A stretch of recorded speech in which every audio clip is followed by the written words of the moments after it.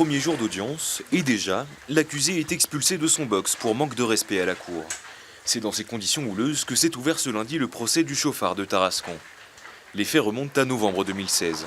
Lors d'un contrôle routier, 2 gendarmes prennent un fuyard en chasse et finissent par le coincer dans ce chemin de terre. Le major Christian Ruzic sort alors de son véhicule pour sommer les occupants de sortir, mais il est percuté par le fugitif. Il décédera quelques heures plus tard à l'hôpital. Le chauffard, âgé de 33 ans, a-t-il volontairement foncé sur le gendarme dans le but de le tuer? Pour la défense, l'homicide n'est pas intentionnel. Dans l'obscurité, l'accusé n'aurait pas vu la victime. Mon client a toujours certifié tout au long de la garde à vue, tout au long de l'instruction, qu'il s'agissait d'un accident, un terrible accident. Ça c'est indéniable, mais un accident quand même. De nombreux éléments en fait, se sont là pour démontrer qu'effectivement il s'agissait d'un accident et que M. Jequier ne pouvait voir la victime.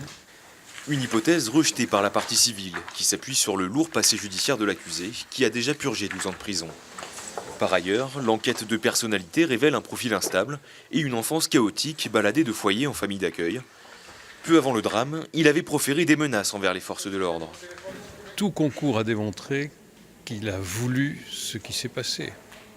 Il a annoncé, il a fait ce qu'il fallait pendant et il s'est comporté après comme quelqu'un qui avait fait ce qu'il voulait faire. S'il est reconnu coupable de meurtre aggravé, l'accusé pourrait être condamné à la réclusion criminelle à perpétuité.